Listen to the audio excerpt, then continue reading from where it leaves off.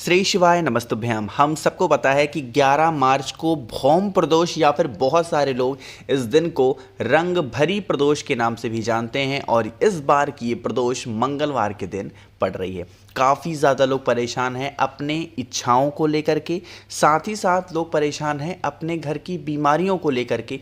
कोई भी प्रॉब्लम है आपके घर की तो 5 पेड़ की इन 5 पत्तियों से एक छोटा सा उपाय कल्याणेश्वर महादेव के नाम से करनी है, जिससे आपके घर परिवार की जो भी प्रॉब्लम्स होंगी उनसे आपको छुटकारा ज़रूर मिलने वाला। ठीक है ना। तो बहुत ही अलग सा, बहुत ही प्यारा सा उपाय है, आप लोगों को समझने की कोशिश ज़रूर करनी चाहिए। ठीक है ना। चलो, यहाँ पे मैं आपको कुछ पेड़ पौधे दिखाने जा रहा हूँ। ये सभी दिखाने का मेरा मकसद, मेरा मतलब ये है कि आप लोगों को इनमें से कोई भी एक पत्ता ले लेना है। ठीक है ना। जैसे यहाँ पे आंवला दिख रहा होगा, वट पेड़ दिख रहा है, पीपल का पेड़ दिख रहा है, नीम का दिख रहा होगा, शमी का दिख रहा है, बेल का दिख रहा है। ज़रूरी नहीं है कि कोई एक ही ले लो, नहीं। किसी या फिर ये भी नहीं ज़रूरी है कि किसी एक ही पेड़ की 5 पत्तियां ले लो, नहीं। कोई भी 5 वृक्ष हों, उन 5 वृक्षों की 5 पत्तियों को लेना है। एक एक पत्ती हर एक वृक्ष से आपको लेना। ठीक है ना। अब ले करके पहुंच जाओ महादेव के शिवलिंग के पास में। स्पेशली यह उपाय किसके लिए है? बीमारी के लिए है। साथ ही साथ अगर रोगी कोई भी व्यक्ति घर में है जिसको दवा असर नहीं कर रही है, तब तो आप इस उपाय को निश्चित ज़रूर करेंगे। ठीक है ना। देखो, अब आपके पास में जो 5 पत्तियां हैं ना, जल वगैरह अभी कुछ नहीं चढ़ाना है। सबसे पहला काम करेंगे, जो वो 5 पत्तियां होंगी उन्हें एक एक करके महादेव के शिवलिंग के ऊपर एक साथ नहीं चढ़ाएंगे। एक एक करके जो भी पत्तियां आपने ली हो, ध्यान रखिएगा, तुलसी माता का पत्ता नहीं लेना है। बाकी दुनिया की जो पत्ते आपको अच्छे लगते हों, आपके घर के अंदर हैं, गमले में हैं, कोई भी पत्ता ले सकते हो। लेने के बाद में मैंने अभी आपको बताया था हमें कौन सा नाम लेना है।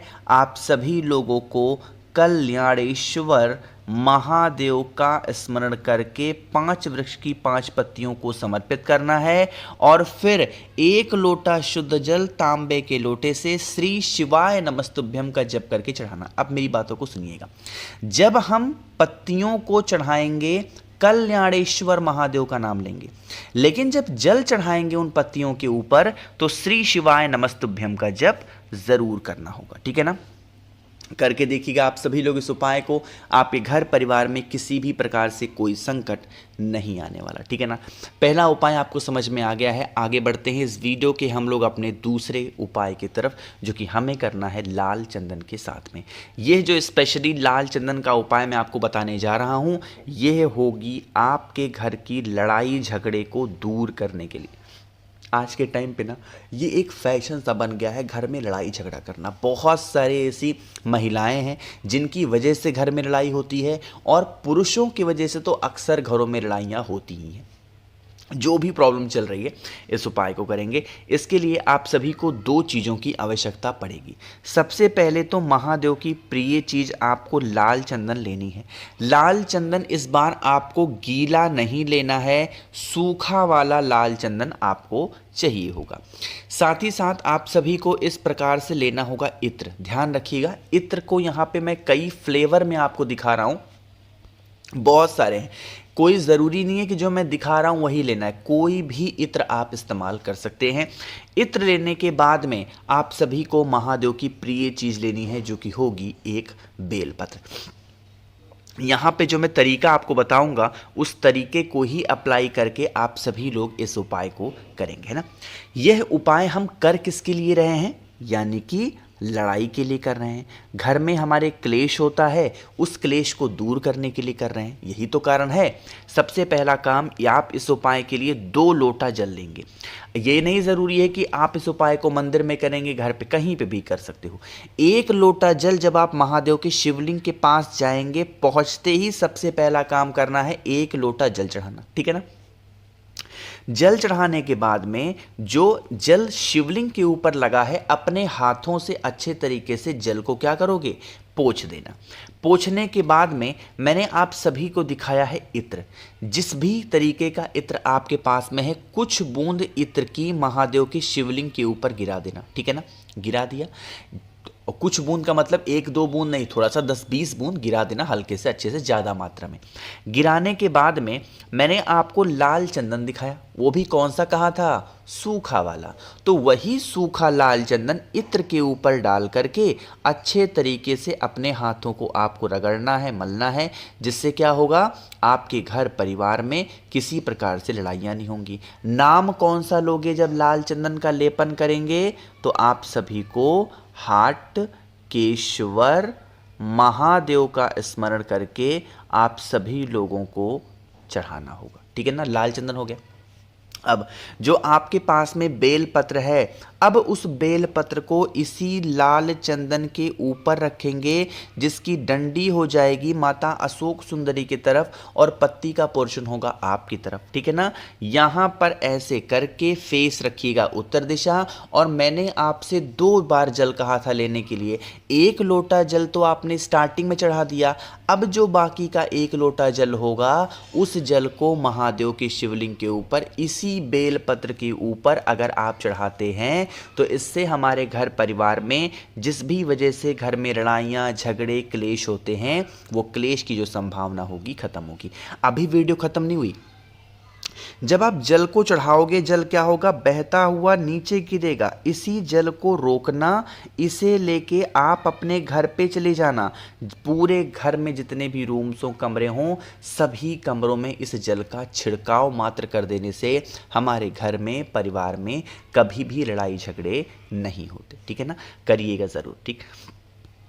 2 उपाय आपको समझ में आ गए हैं। आगे बढ़ते हैं अब इस वीडियो के हम लोग अपने तीसरे उपाय की तरफ। और ये जो तीसरा उपाय होगा, ये होगी आपकी इच्छा की पूर्ति के लिए। देखो, बहुत सारे लोग प्रदोष का व्रत रहते हैं, बहुत सारे लोग शिवरात्रि का व्रत रहते हैं, बहुत सारे लोग एकादशी रहते हैं। कोई भी व्रत आप रहते हो, फिर भी इच्छा नहीं पूरी हो पा रही है, इस उपाय को करेंगे। एक चीज़ का और ध्यान रखेंगे, जितने भी उपाय आपको प्रदोष के बताए जाते हैं, ध्यान रखिएगा, प्रदोष का उपाय का फल आपको तभी मिलता है जब उस उपाय को आप प्रदोष काल में करते हैं। प्रदोष काल एक्चुअली में होता क्या है, अगर आपको जानना है, YouTube पे सर्च करिएगा प्रदोष काल द नेचुरल प्लैनेट, बस इतना सर्च करिएगा, आपको पता चल जाएगा। अब बातें करते हैं इस उपाय की, लेकिन उससे पहले एक छोटा सा काम और, जल्दी से वीडियो को लाइक करेंगे और मेरे जितने भी भाई बहन आवाज़ आज मेरी पहली बार सुन रहे हैं, चैनल को ज़रूर सब्सक्राइब करेंगे, ठीक है ना। देखो भाई, समझने की कोशिश करिएगा। आप सभी को इस उपाय के लिए एक बेलपत्र लेना है जो कहीं से कटा फिटा ना हो, और दोबारा से आप सभी को क्या लेना है, इस प्रकार से लाल चंदन की आवश्यकता पड़ने वाली है। इच्छा पूर्ति के लिए हम इस उपाय को कर रहे हैं, तो लाल चंदन लेंगे।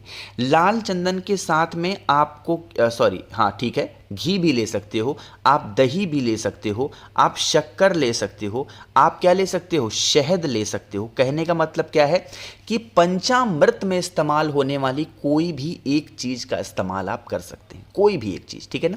इन सभी चीज़ों को लेंगे और फिर महादेव के शिवलिंग के पास जाकर के खड़े होना, फेस रखना उत्तर दिशा, नॉर्थ डायरेक्शन।